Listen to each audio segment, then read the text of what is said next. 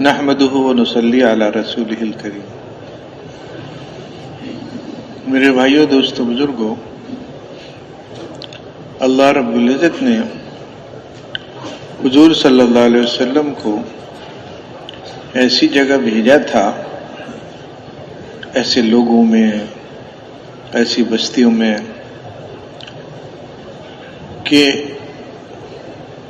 جو ظلم سے بھری ہوئی تھی، ہر قسم کی خرابی، ہر قسم کی گراوٹ، دنیاوی لحاظ سے بھی خالی اور اخلاقی لحاظ سے بھی خالی۔ اور دین کیا تھا؟ وہ تو پتھر پکڑا تو اس سے عبادت پوجنا شروع کر دیا، کوئی لکڑی نظر آئی اس کی عبادت شروع کر دی۔ تو ہر لحاظ سے گری ہوئی قوم تھی۔ واقعات علماء کرام سے سنتے رہتے ہیں کہ کیسے یعنی ظلم کی بات کی انتہا ہے کہ ایک آدمی اپنی بچی کو گڈھا کھودے اور بچی سمجھ رہی ہے کہ کوئی کھیل ہو رہا ہے، پھر اس میں اتارے، پھر اس پہ مٹی بھرے، اور یقیناً جب گردن تک پہنچی، جب چہرے تک پہنچی تو وہ روتی ہوگی، چیختی ہوگی، ابا کیا کر رہے ہیں؟ لیکن اتنا سخت دل کہ بچی کو زندہ دفن کرتے تھے۔ اچھا، کسی ایک آدمی، شاید اللہ رحم فرمائے آج بھی ایک آدمی دو آدمی ایسا مل جائے کہیں، لیکن وہاں تو یہ رواج تھا، یہ کرنا ہوتا تھا، ہر آدمی کرتا تھا۔ اور کہتے ہیں بعض ایسے بھی تھے، کہتے تھے تمہاری ہمت نہ ہو مجھے بتا دو میں کر دوں گا۔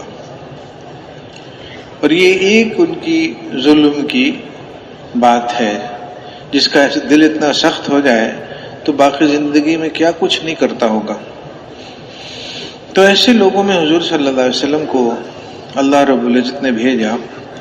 حالانکہ اس وقت پڑھے لکھے بھی تھے اور جن کو سمجھدار شمار کیا جاتا ہے وہ بھی تھے، روم والے، فارس والے، ان کے مالدار بھی تھے، اور بڑی بڑی دعوتیں ہوتی تھی ان کی، اور کھانے پینا، اور جو کچھ لوگ سمجھتے ہیں کہ تہذیب یافتہ ہیں تو وہ اپنے آپ کو تہذیب یافتہ سمجھتے تھے۔ اور ادھر مکہ مکرمہ یہ جو عرب ہیں ان کو جاہل اور گنوار سمجھتے تھے، اور تھے بھی۔ تو یہ کچھ تھا ادھر روم اور فارس میں، لیکن مکہ مکرمہ میں یہ بھی نہیں تھا۔ یہ جو ظاہری ایک بناوٹی پھوپھا ہوتی ہے کہ میں یوں میں وہ بھی نہیں تھا، سب ہر لحاظ سے خالی تھے۔ پھر حضور صلی اللہ علیہ وسلم نے جو محنت شروع فرمائی اور مکہ مکرمہ میں افراد پہ، اور پھر مدینہ منورہ میں پہنچ کے ایک مل جل کے ایک معاشرہ بنا، اور ہجرت کے 6 سال میں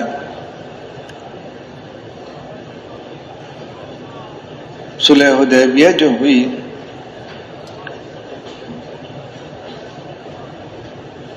تو اس میں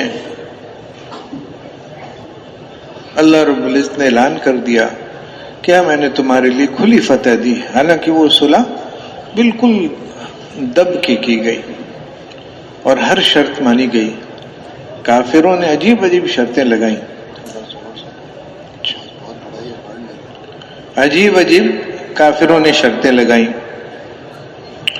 کہ ہمارا آدمی اگر تمہاری طرف چلا جائے مسلمان ہو کے تو اس کو واپس کرنا ہوگا، اور تمہارا آدمی خدا نہ خواستہ کوئی مرتد ہو جائے تو ہم واپس نہیں کریں گے، اور بہت ساری ہر بات پہ حضور صلی اللہ علیہ وسلم کا ٹھیک ہے ٹھیک ہے ٹھیک ہے۔ ادھر سے اللہ تعالیٰ کی طرف سے اعلان آ گیا کہ ہم نے تمہارے لیے کھلی فتح کر دی ہے۔ اور فتح کیا تھی کہ 6 سال ختم ہو رہا تھا، ادھر 13 سال مکہ مکرمہ، 6 سال مدینہ منورہ، 19 سال کی محنت میں وہ لوگ جو اتنی گراوٹ میں تھے وہ ایسے بن گئے تھے کہ ضرورت اس کی تھی کہ ماحول امن کا بنے تاکہ لوگ آ کے دیکھیں کہ یہ کہاں پہنچ گئے یہ لوگ۔ مدینہ منورہ ایسی شاندار بستی بن گئی تھی، اور اس کے افراد اور ان کا آپس کا لین دین اور ان کی معاشرت اور ان کا عدل ایسا بن گیا تھا کہ جو آئے گا وہ کہے گا بھائی میں بھی ایسا بننا چاہتا ہوں، ہم کیا کریں کہ ہم ایسا بن جائیں۔ اس لیے صلح میں 1400 مرد تھے جو گئے تھے عمرہ کرنے مکہ مکرمہ، اور ان کو واپس کیا گیا تھا۔ تو 7واں سال اور پھر 8واں سال کی رمضان میں فتح مکہ میں بھائی ایک درخواست ہے کہ یہ تو بالکل ایک کھلی چیز ہے اور سب اس چیز کو جانتے ہیں مانتے ہیں، یعنی شریعت سے آگے کی شریعت تو ہے ہی ہے، اس سے آگے کوئی چیز نہیں ہے، لیکن اتنا عام فہم چیز ہے کہ کوئی اگر چاہتا ہے کہ میری تصویر نہ کھینچی جائے تو اس کو تصویر اس کی کھینچنا ٹھیک نہیں ہے، غلط ہے۔ عام آپ جائیں گے دنیا میں کہیں بھی تو لوگ آتے ہیں کہتے ہیں جی ہم آپ کی تصویر کھینچ لیں، اجازت لیتے ہیں۔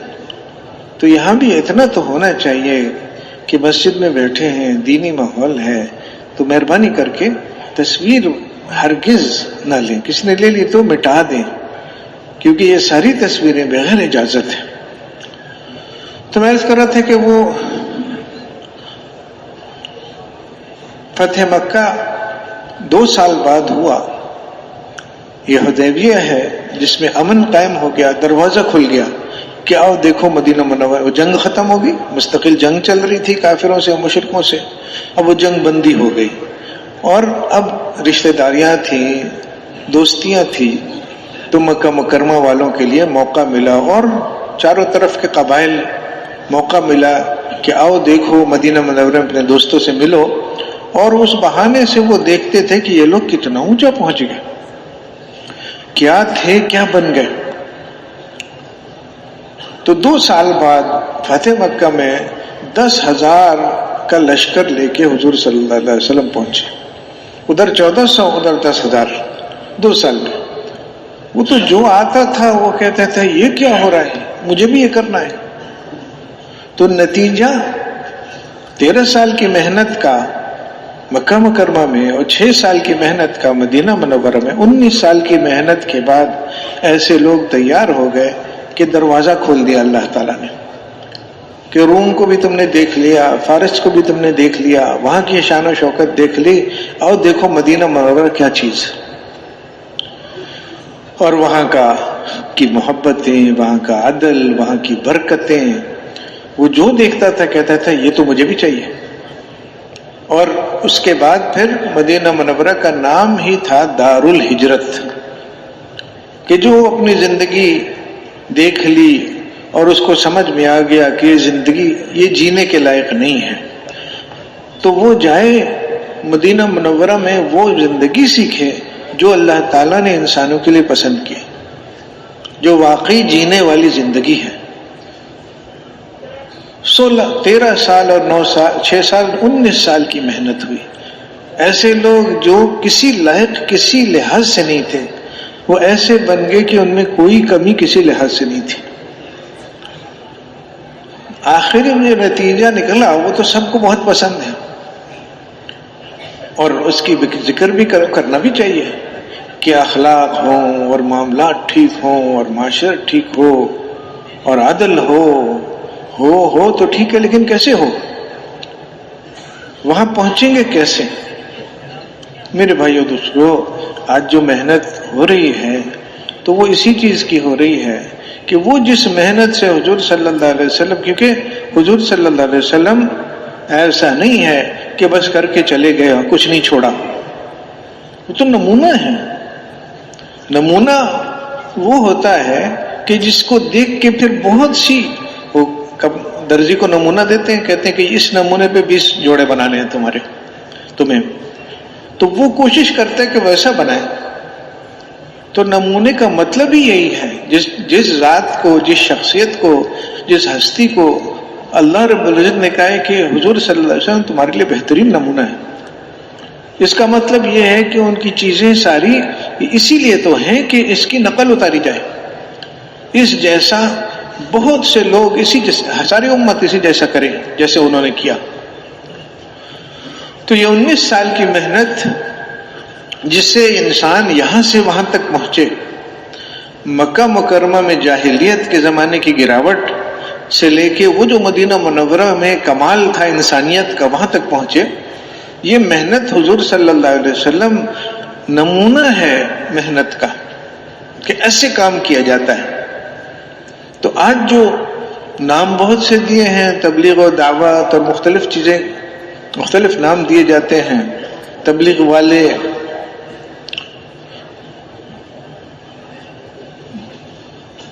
وہ اس نام سے جو کوشش ہو رہی ہے وہ مکہ مکرمہ والی محنت اس کو دوبارہ زندہ کرنا، وہ پھر مدینہ منورہ والی محنت اس کو دوبارہ چالو کرنا، کہ وہ محنت ہوگی تو ساری امت میں جو بگاڑ آیا ہے، اور بگاڑ تو ہے، اور جو باتیں ہم مکہ مکرمہ کے حالات کے پڑھتے ہیں تو شاید اتنی بری نہ ہو، لیکن اس رخ پہ تو چل پڑی امت.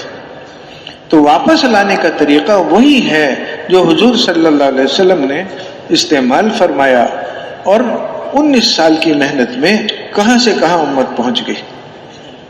تو میرے بھائیو دوستو، نتائج انشاءاللہ وہی آئیں گے، اور وہ نتائج سنتے ہیں، سناتے ہیں، اخلاق کی باتیں ہوتی ہیں، اور کیسے کہ ہر گھر میں بھوک ہے لیکن کوئی کھانے کو تیار نہیں کہ میرا پڑوسی کھا لے، کوئی بات نہیں ہم صبر کر لیں گے، میرا پڑوسی کھا لے. اور جان جا رہی ہے، سخت پیاس لگی ہوئی ہے، اور کوئی آ کے پانی لاتا ہے تو کہتے ہیں آواز آئی دائیں بائیں سے کہیں سے کہ کوئی کسی اور کو بھی چاہیے. اس وقت بھی اپنی ضرورت کی فکر نہیں کہ اس کو پلا دو، چھوڑو مجھے اس کو پلا دو.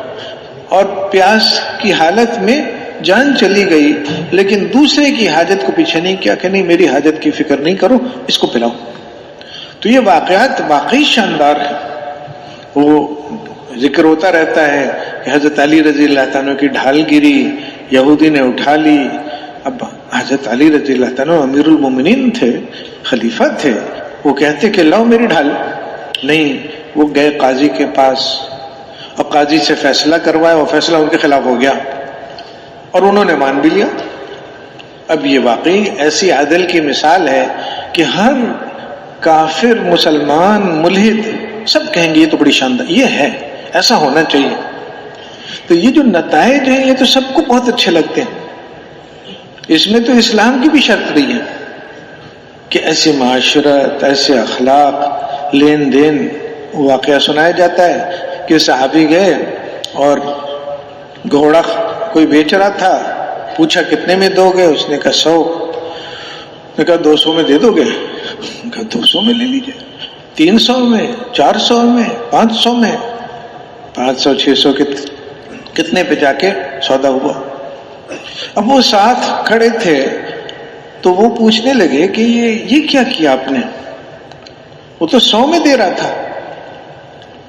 تو جو بات فرمائی اس کا خلاصہ یہ ہے کہ بات یہ ہے کہ یہ آدمی یا تو جانتا نہیں تھا کہ اس کی قیمت گھوڑے کی اتنی ہے تو انجانے میں بیچ رہا تھا 100 کا، یا پھر مجبور تھا، مجبوری کی وجہ سے 100 کہہ رہا تھا. گھوڑا تو تھا 500 600 کا.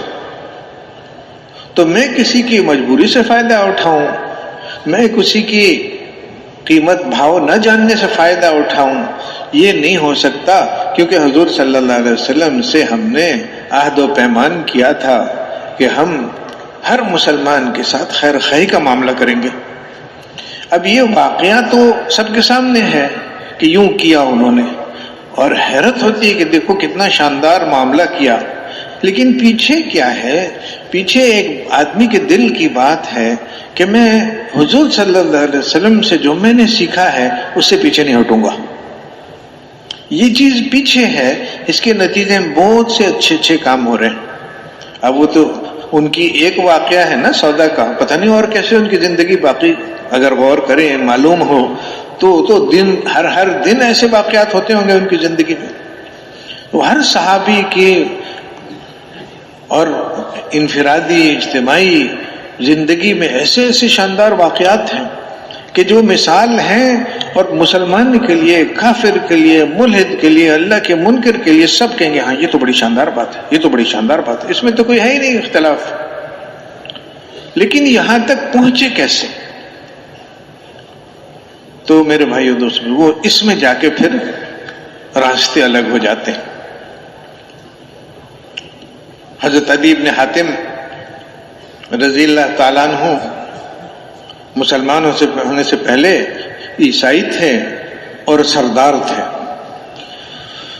تو حضور صلی اللہ علیہ وسلم کے پاس آئے، اور سردار تھے، اچھا ان کا اٹھنا بیٹھنا سلیقہ تھا، رکھ رکھاؤ والے آدمی تھے، تو حضور صلی اللہ علیہ وسلم کو جیسے ہوتا تھا رغبت تھی کہ مسلمان ہو جائیں۔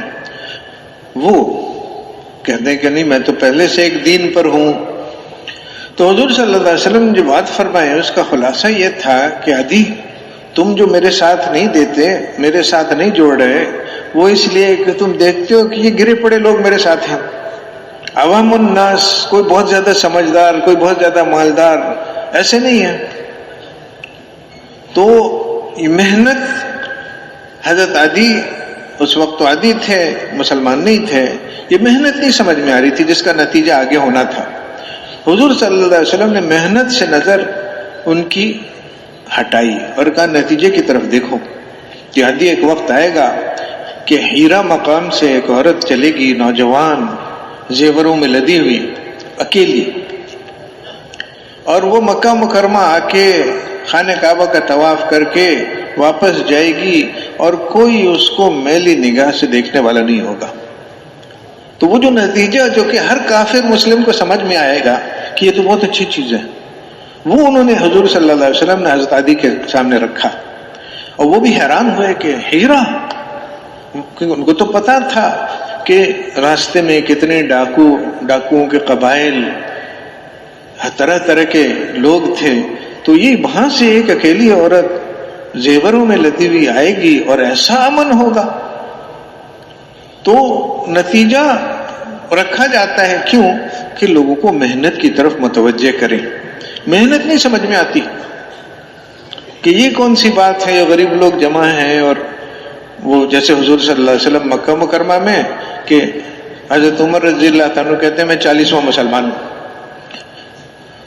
اب وہ 8 سال کی محنت ہوئی ہے، اور کبھی، اور ایسا نہیں ہے کہ تھوڑی ہلکی پھلکی محنت، دن رات کی محنت۔ اب وہ مہینوں میں کوئی آدمی بات مان رہا ہے، اور حضور صلی اللہ علیہ وسلم سارا دن کبھی اس سے بات کر رہے ہیں، کبھی اس سے بات کر رہے ہیں، یہ بھی کہہ رہا ہے نہ، وہ بھی کہہ رہا ہے نہ۔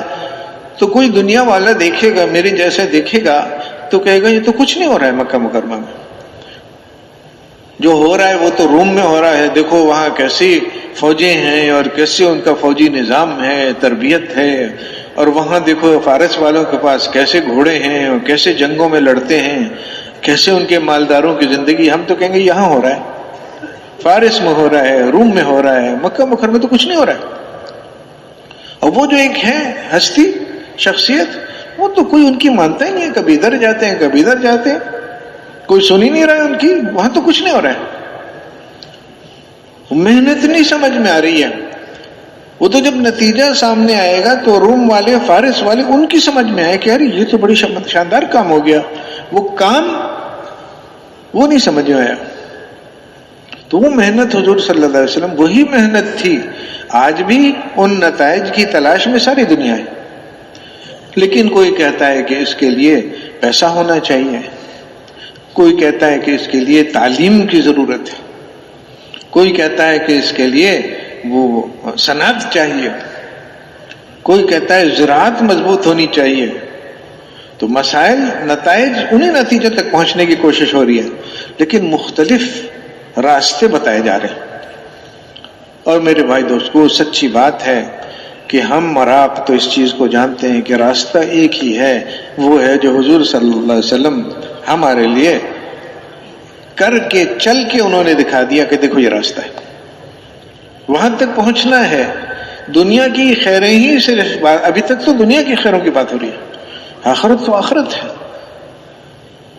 تو اگر ہم خیر چاہتے ہیں کسی قسم کے بھی تو کوئی راستہ نہیں سوائے یہ کہ ہم جس طرح سے حضور صلی اللہ علیہ وسلم نے محنت فرمائی اس طرح کی محنت پر یہ امت آ جائے، اور کوئی راستہ نہیں۔ اور جب امت اس راستے پہ چل پڑی جس راستے پہ حضور صلی اللہ علیہ وسلم نے امت کو ڈالا تھا، تو کچھ دنوں تک ایسا ہی ہوگا کہ کسی کو سمجھ میں نہیں آئے گا کہ یہ کیا ہو رہا ہے۔ افراد کہیں گے کہ بھائی ٹھیک ہے، اچھا کام ہے، لیکن میرے پاس تو گنجائش نہیں ہے، میں تو اس میں میرا یہ مسئلہ پھنسا ہوا ہے، میرا وہ مسئلہ پھنسا ہوا ہے۔ اور اجتماعی طور پہ لوگ کہیں گے کہ بھئی یہ کیا کر رہے ہیں، کوئی نتیجہ کوئی چیز سامنے آ نہیں رہی ہے۔ وہ تو لوگ ایسے بنے، مکہ مکرمہ کی محنت اور پھر مدینہ منورہ کی محنت میں اجتماعی شکل ایسی بنی کہ اللہ رب العزت ساتھ ہو گیا۔ اور سارا کام یہی ہے کہ کسی طرح سے اللہ رب العزت کی مدد، اللہ کی رحمت اس امت کی طرف متوجہ ہو جائے۔ ہتھیاروں کا مقابلہ ہتھیاروں سے نہیں کیا، ان کی مالداری کا مقابلہ مالداری سے نہیں کیا۔ حضور صلی اللہ علیہ وسلم نے ہتھیار والے اور مال والے اور مختلف قسم کی جس کو سمجھداریاں سمجھی جاتی ہیں ان سمجھداریوں والے، ان کے مقابلے میں صحابہ کرام کو اعمال کو اس طرح کرنا سکھایا جس پر اللہ تعالیٰ ساتھ ہو جاتا ہے۔ نماز تو ہم بھی پڑھتے ہیں الحمدللہ، بلکہ امت میں سارے وہ اعمال موجود ہیں جو حضور صلی اللہ علیہ وسلم کے زمانے میں تھے۔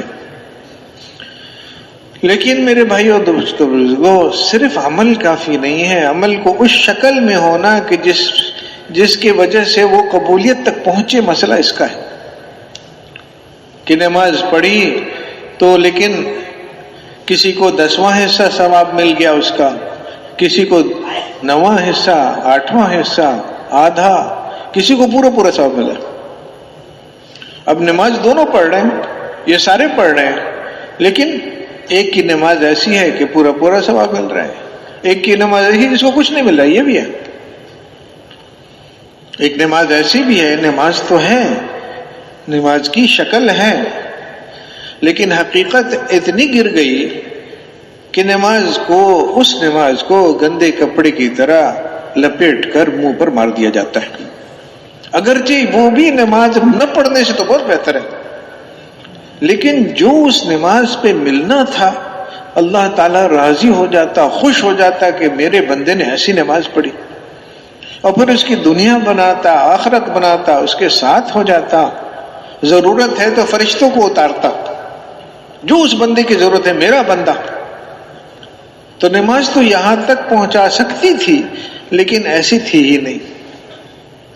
تو آخری چیز یہ ہوئی کہ گندے کپڑے کی طرح لپیٹ کر منہ پہ مار دی گئی، فریضہ ادا ہو گیا۔ یہ بھی بہت بڑی بات ہے، یہ بھی بہت بڑی بات ہے، لیکن وہ نماز اس لائق نہیں تھی کہ اللہ کی مددیں، نصرتیں، کہ اللہ تعالیٰ لوگوں کو بتائے کہ دیکھو یہ ہے، اس کے پیچھے چلو۔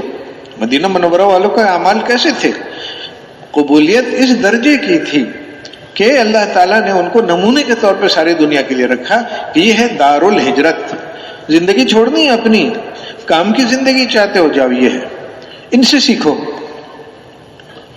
تو میرے بھائیو دوستو بزرگوں، حضور صلی اللہ علیہ وسلم نے صحابہ کرام کو مال والوں کے، اسلحے والوں کے، حکومت والوں کے، سمجھداری والے کے مقابلے میں مال، اسلحہ، حکومت، سمجھداری میں نہیں لگایا کہ جاؤ روم والوں سے سیکھ لو کچھ، جاؤ فارس والوں سے سیکھ لو، بلکہ اتنا پکا کر کے حضور صلی اللہ علیہ وسلم نے ان کو اتنا پکا کیا صحابہ کرام کو کہ حضرت عمر رضی اللہ عنہ کے زمانے خلافت میں ایک موقع پہ غالباً وہ بیت المقدس کی فتح کے موقع پہ لمبا سفر کر کے پہنچے، ایک اونٹ تھا، غلام تھا، وہ خود تھے، باری باری اوپر نیچے، باری ایک دفعہ حضرت عمر بیٹھتے تھے رضی اللہ عنہ، ایک دفعہ غلام بیٹھتا تھا۔ اب وہاں پہنچے تو کندھے پہ انہوں نے اپنے چمڑے کے موزے رکھے ہوئے تھے، باری ان کی تھی اونٹ کو کھینچنے کی، تو غلام اوپر بیٹھا ہوا تھا۔ تو وہاں انہوں نے کہا کہ امیر المومنین، اب یہ تو ایسی شکل ہے، یہاں والے اس کو نہیں پسند کرتے، تو شاندار گھوڑا، اچھے لباس، اچھا جوڑا لائے، اور حضرت عمر رضی اللہ عنہ نے کہا ٹھیک ہے چلو پہنا دو، وہ بیٹھ گئے۔ لیکن وہ جو حضور صلی اللہ علیہ وسلم نے حضرات کو چھوڑ کے گئے، ان کی نظر اس پہ رہتی تھی کہ وہ سرمایہ ہاتھ سے نہ جائے۔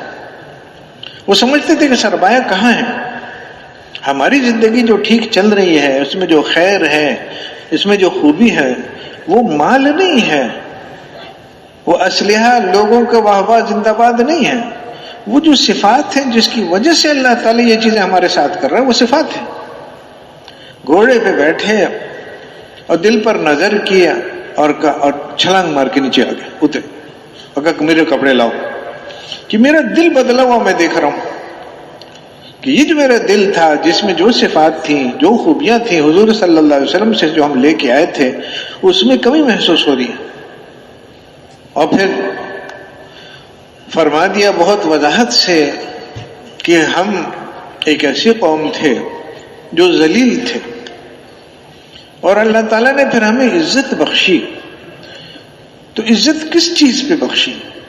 کہ ہمارے پاس اسلحہ ہو گیا، ہمارے پاس مال ہو گیا، ہم جنگیں جیتنے لگے؟ نہیں، یہ بات نہیں۔ عزت اللہ تعالیٰ نے اس بات پہ ہمیں نصیب فرمائی کہ ہم نے اپنے آپ کو اللہ کے حوالے کر دیا، کہ جو اللہ چاہتا ہے، جو اللہ کی مرضی ہے، ہم اس کی تلاش میں لگ گئے، اور جیسے پتہ چلتا تھا کہ اللہ یہ چاہتا ہے ہم وہ کرنے لگے۔ اس چیز نے ہمیں عزت دی ہوئی ہے۔ اور اگر ہم نے چاہا کہ چلو اللہ کی مانیں گے، اللہ کی مانیں گے، لیکن عزت روم والوں کے طریقے سے حاصل کر لیتے ہیں۔ چلو یہ لوگ کہتے ہیں نا اچھا لباس سے عزت ملتی ہے، چلو ہم بھی اچھا لباس پہن کے عزت کی تلاش کریں گے۔ اگر اس کام میں ہم لگ گئے کہ جو عزت اللہ تعالیٰ نے ہمیں اسلام کے ذریعے سے دی، وہ عزت ہم کہیں اور ڈھونڈنے میں لگ گئے، تو اللہ تعالیٰ ہمیں پھر ویسا ذلیل کرے گا جیسے ہم پہلے تھے۔ میرے بھائیوں، دوستو، بزرگوں، راستہ ہے، اور ایک ہی راستہ ہے، اور اس پہ ایسا جمنے کی ضرورت ہے کہ وہ جو جس کا راستہ ہے وہ واقعی کہے ہاں یہ میرا بندہ ہے۔ دائیں بائیں کہ نماز بھی پڑھ رہے ہیں، الحمدللہ میں نماز پڑھتا ہوں، روزہ رکھتا ہوں، حج کرتا ہوں، غریبوں کی بھی مدد کرتا ہوں، بہت اچھے اخلاق سے پیش آتا ہوں لوگوں کے ساتھ، وہ تو ٹھیک ہے، لیکن تھوڑا سا کوئی دھندا کاروبار تو ہونا چاہیے، کیونکہ اس کے بغیر یہ سب ممکن نہیں ہے نا۔ بلکہ یوں کہیں میں تو تبلیغ کا سفر بھی کرتا ہوں، لیکن اب سفر کیسے کروں جب تک پیسے نہ ہوں؟ تو اس لیے تھوڑا کاروبار بھی تو ہونا چاہیے نا۔ کاروبار میں کوئی حرج نہیں ہے، لیکن کاروبار کی طرف اس طرح بڑھنا کہ جیسے یہ ساری میری دینداری اس کاروبار کی وجہ سے، اس کاروبار سے پیسے ملتے ہیں تو میری دینداری ہے، یہ مصیبت ہے۔ یہ اللہ تعالیٰ سے نظر کا ہٹنا ہے، اس کی وجہ سے اللہ کی مددیں ہٹ جاتی ہیں کہ کسی اور کے دروازے پہ تم مانگنے کے لیے پہنچ گئے، مال کے سامنے کھڑے ہو گئے، یہ چیز اللہ کو نہیں پسند ہے۔ کریں کاروبار، بلکہ اللہ رب العزت نے ایسی تعریف کی ہے تاجروں کی جو خریدتے ہیں بیچتے ہیں، لیکن ان تاجروں کی تعریف نہیں کی جو بہت پیسے بناتے ہیں۔ اسلامی تجارت کیا ہے کہ ایک آدمی تجارت میں ہے اور خرید رہا ہے اور بیچ رہا ہے، لیکن اس کی نظر اللہ سے نہیں ہٹ رہی، کیونکہ چیز ایسی ہے، پیسہ آ رہا ہے، پیسہ جا رہا ہے، لوگ خرید رہے ہیں، نہیں خرید رہے ہیں، تو آدمی کا دھیان انہی چیزوں کی طرف چلا جاتا ہے، اللہ سے ہٹ جاتا ہے۔ تو اللہ تعالیٰ نے صحابہ کرام کی تعریف کی ہے کہ یہ ایسے مرد ہیں، کامل انسان ہیں، کہ جن کو ان کا خریدنا بیچنا، ان کی تجارتیں اللہ سے غافل نہیں کرتی۔ وہاں بیٹھے دکان پر، اور کاروبار بڑے بڑے ہوتے ہیں، بڑا مال پڑا ہوا ہے گودام میں اور دکان میں، اب ڈر لگتا ہے ایسے آدمی کو کہ اگر یہ سودا نہیں بکا میرا، وہ مال پڑا رہ گیا تو کیا بنے گا۔ لیکن ان کا حال ایسا ہے کہ جیسے ہم لوگ جب نماز میں کھڑے ہوتے ہیں نا، جس حال کی تلاش میں ہم نماز پڑھتے ہیں کہ آدمی نماز پڑھے تو سب کو بھلا کے اللہ میں ایسا گم ہو جائے کہ بس اللہ ہے میں ہوں، یہ لوگ اللہ تعالیٰ میں ایسا ہی گم ہوتے ہیں نماز دکان پہ بیٹھے ہوئے کہ تجارتیں کر رہے ہیں، لیکن ان کو خوف اس کا نہیں ہے کہ میرا سودا نہیں بکے گا، ان کو خوف اس کا ہے کہ قیامت کے دن ہمارا کیا بنے گا۔ ایک ایسا دن جس میں آنکھیں اور دل الٹی پلٹی ہو جائیں گی، خوف کے مارے برا حال ہوگا، تو اللہ اس دن میرا کیا بنے گا، یہ خیال نماز میں دعا میں نہیں ہے، یہ خیال دکان پہ بیٹھے، یہ ہے مرد۔ میرے بھائی دوستو، سچی بات ہے کہ مسلمان کی ساری زندگی دین ہے، لیکن جب نماز سے ہی ایسا حال ہو گیا کہ گندے کپڑے کی طرح منہ پہ مارا جائے، تو جس کی نماز یہاں تک پہنچ گئی تو اس کا کاروبار بھی تو ایسا ہی ہوگا۔ یہ تو ہو نہیں سکتا کہ نماز تو ایسی ہے کہ اس میں غفلت ہے اور کاروبار میں دینداری ہے۔ اور یہ جو اخلاق کی بات ہوتی ہے، کبھی کبھی اللہ معاف فرمائے، ساتھی ایسا جملہ بول دیتے ہیں، کہتے ہیں جی جو بھی ہے یہ ہے تو نہیں، اللہ کو مانتے نہیں، لیکن اخلاق ان کے بڑے اعلیٰ ہیں۔ ارے بھائی، اس کو اخلاق نہیں کہتے ہیں، اس کو تجارت کہتے ہیں۔ تجارتی سمجھ ہے کہ کاروبار جو کر رہا ہے وہ گاہکوں کے ساتھ بہت اچھا سلوک کرے، اکرام بھی کرے ان کا، ان کی بدتمیزیوں کو برداشت کرے، کیوں؟ پیسے نکلوانے۔ اخلاق تو یہ ہے کہ آدمی دوسرے کے ساتھ سلوک کرے اور کسی معاوضے کی امید خیال بھی نہ ہو۔ یہ وہ اخلاق ہے جو چلتا رہے گا، ورنہ یہ دوسرا والا جو اخلاق ہے نا، جب لگے گا کہ ابھی اخلاق برتنے میں نقصان ہوگا مال کا، تو چھوٹ جائے گا۔ بہت اچھا ماشاءاللہ بڑا صبر والا آدمی ہے، صبر کرتے کرتے ایک وقت آئے گا کہ وہ اس کا صبر کا دامن چھوٹ جائے گا، کیونکہ وہ صبر اللہ کے لیے جو کر رہا ہے وہ تو برداشت کرتا چلا جائے گا، کیونکہ اللہ تعالیٰ وہ ہاتھ نہیں کھینچے گا۔ جتنی زیادہ مشقت اتنا زیادہ اللہ کی طرف سے مدد، قدردانی۔ اور یہاں پہ کہ حد تک میں اخلاق والا ہوں، اس چیز کو اپنا بھرم باقی رکھنا ہے، ایک حد تک چلے گا، پھر اس کا کہے گا نہیں بس ہو گیا، کافی ہو گیا، میں نہیں کر سکتا اب صبر۔ وہ اللہ کو جو جانتا ہے وہی اخلاق برت سکتا ہے، وہ جو کہ جان جاری ہے لیکن اخلاق ہاتھ سے نہیں چھوٹ رہے۔ حضرت اور یعنی دین کی محبت ایسی چیز کہ وہ صحابی تھے اور ان کے سولی پہ کافروں کے مشرکوں کے ہاتھ میں آ گئے، سولی پہ لٹکا دیا اور تکلیف دے کے ان کو مار رہے تھے، جسم کے مختلف حصوں سے گوشت کے ٹکڑے کاٹ کے اور مزے لے رہے تھے اس چیز میں۔ اب کتنی تکلیف میں ایک آدمی ہے۔ تو اس وقت انہوں نے پوچھا، انہوں نے یہی سمجھا کہ جیسا ہوتا ہے صبر عام لوگوں کا ویسا ہے، اب اتنی تکلیف ہو گئی تو اب تو چھوڑ دیں گے نا حضور صلی اللہ علیہ وسلم کا ساتھ۔ تو انہوں نے پوچھا کہ تمہارا جی نہیں چاہتا کہ تمہاری جگہ محمد صلی اللہ علیہ وسلم ہو؟ تو انہوں نے جو جواب دیا، کہتے ہیں واللہ اگر مجھے پتا ہو کہ حضور صلی اللہ علیہ وسلم اپنے ساتھیوں کے بیچ میں بالکل امن کی حالت میں مدینہ منورہ میں بیٹھے ہوئے ہیں اور ایک کانٹا ان کو چبھنے والا ہے، اور میری اس تکلیف کی وجہ سے اس ایک کانٹے کے چبھنے سے وہ بچ جائیں تو یہ تکلیف مجھے بخوشی گوارا ہے۔ حد نہیں ہے ان کے صبر کی، حد نہیں ہے ان کے اخلاق برتنے کی۔ کیوں؟ اللہ کے لیے۔ اللہ تعالیٰ یعنی جس چیز کو ہم خرچہ سمجھتے ہیں کہ میں نے صبر کیا، بڑا صبر کیا میں نے، جیسے میں نے کوئی کمال کیا، وہ اس کو کمائی سمجھتے ہیں۔ کہ کوئی دکاندار اس کو پریشان ہو کے نہیں کہتا ہے کہ جی میں 8 گھنٹہ بیٹھا دکان پر، گاہک آتے گئے میں نے تو کمال کر دیا، میں 9 گھنٹہ بیٹھ گیا۔ وہ تو کہتے ہیں اللہ کا شکر ہے گاہک آئے اور آئے۔ تو میرے بھائی دوست، وہ اللہ کے لیے جب کام ہوتے ہیں تو پھر وہ مضبوطی سے ہوتے ہیں اور رہتے ہیں باقی۔ ہمارے حضرات اس کو سمجھاتے تھے کہ دیکھو دین کے کاموں پر جم جانا، استقامت، یہ ہر ایک چاہتا ہے۔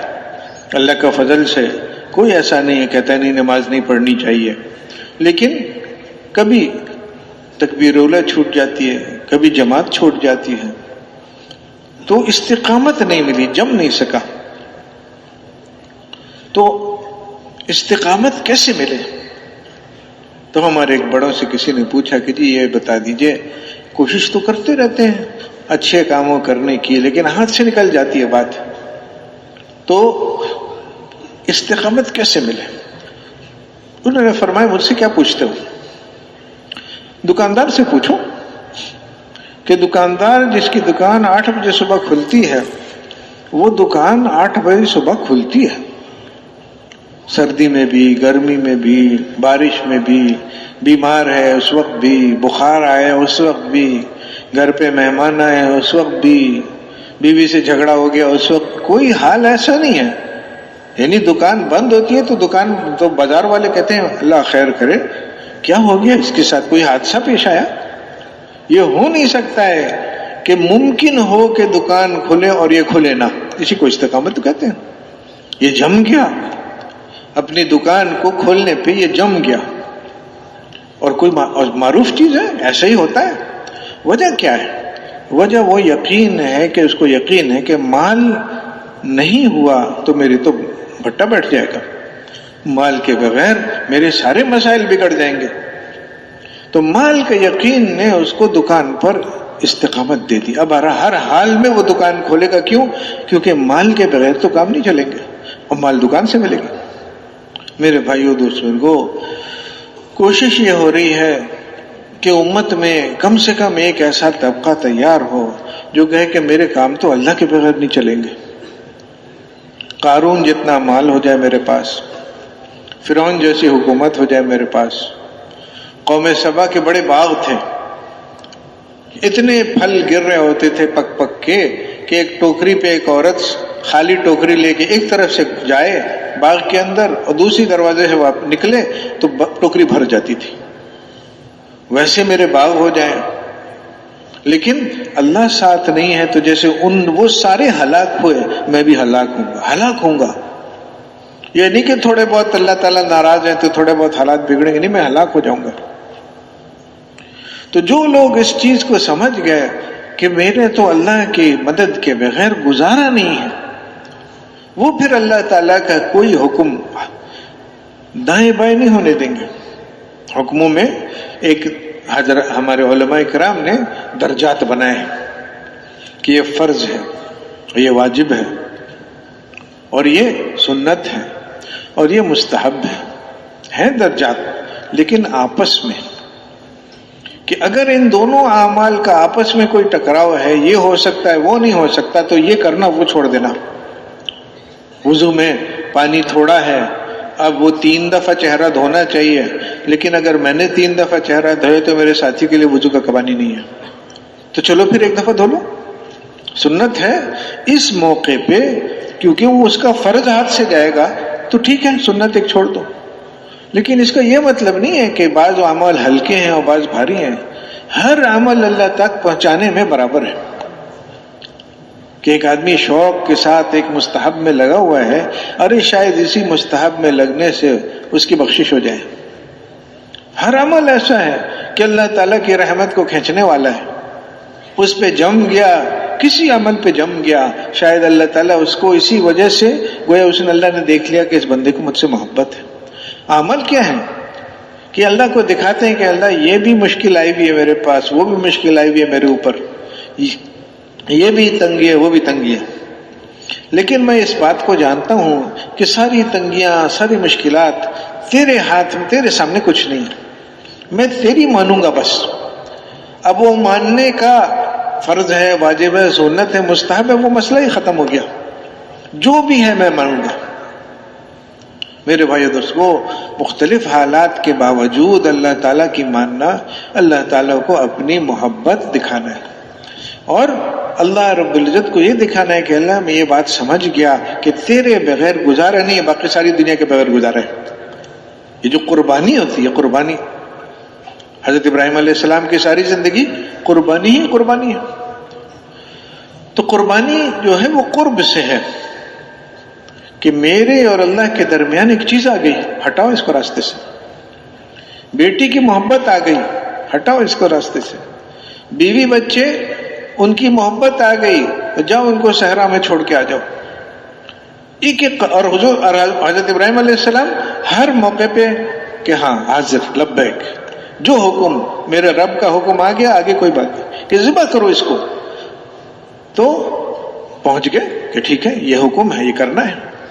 اور ماشاءاللہ بچے کا بھی یہی ہے کہ وہ کہہ رہے ہیں کہ ابا جان میرا چہرہ نیچے کر دیں، ایسا نہ ہو کہ اللہ کے حکم ماننے میں آپ ٹھٹک جائیں، نظر پڑے میرے چہرے پہ اور آپ کا ہاتھ جو ہے وہ کانپ جائے۔ نہیں نہیں، حکم پورا کرنا ہے۔ اور ہمیں کیا کہا گیا کہ تم ملت ابراہیمی ہو، کہ زندگی ایسے گزاریں کہ جس میں آدمی میرے درمیان اور اللہ کے درمیان، اللہ کی ماننے کے درمیان میرا مال، میری جان، میرا جو بھی کچھ ہے لگ جانا، یہ نہیں کہ میں صرف تیار ہوں، سعادت ہے، میری خوش قسمتی ہے۔ اللہ کا فضل ہے، الحمدللہ ہمارے ساتھی بہت سا مال بھی لگاتے ہیں، مدتوں کے لیے جاتے ہیں اللہ کے راستے میں، کوئی سال کی جماعتیں بھی جا رہی ہیں، 7 ماہ کی بھی جا رہی ہیں، دنیا کے کونے کونے میں جا رہی ہیں، الحمدللہ بہت بڑی قربانی ہے، اس کو کم ہرگز نہ سمجھا جائے۔ لیکن میرے بھائی دوستو پھر بھی ایک فرق ہے، فرق یہ ہے کہ یہ حضرات صرف تیار نہیں تھے اللہ پر لگانے کے لیے، اللہ کے رسول پر لگانے کے لیے، اتنی سی بات نہیں تھی کہ تیار ہیں، نہیں، ان کی دلی تمنا تھی کہ میرا کچھ لگ جائے، کہ جب لگتا تھا تو خوش ہو جاتے تھے کہ میرا لگ گیا۔ ایک موقع پہ ایک صحابی نے بالکل واضح طور پہ فرما دیا کہ اللہ کے رسول، جو مال ہمارا آپ پر لگتا ہے وہ ہمیں زیادہ محبوب ہے بنسبت اس مال کے کہ جو آپ چھوڑ دیتے ہیں، میرا جی چاہتا ہے کہ یہ بھی آپ لے لیں، یہ بھی لے لیں۔ اور یہ کوئی ایسی عجیب بات نہیں ہے، وہی بات نا میں نے عرض کی کہ اعمال پر جمنے کی بات، کہ دکاندار اپنی دکان پر محنت پہ جمع ہوا کیوں ہے؟ کیونکہ اس کو مال کا یقین ہے، تو شوق سے لگتا ہے، شوق سے مال لگاتا ہے، جان لگاتا ہے کہ میری دکان سارے بازار میں سب سے شاندار بن جائے گی، تھوڑا سا 2-4 لاکھ خرچ کرنا ہوگا، کوئی بات نہیں، یعنی 2-4 لاکھ کوئی بات نہیں، دکان میری شاندار بن جائے، مجھے کوئی 10 گھنٹے کا بجائے 12 گھنٹے لگانے ہوں گے، کوئی بات نہیں، میری دکان سارے بازار میں سب سے اچھی ہو جائے گی، سارے گاہک میرے پاس آئیں گے۔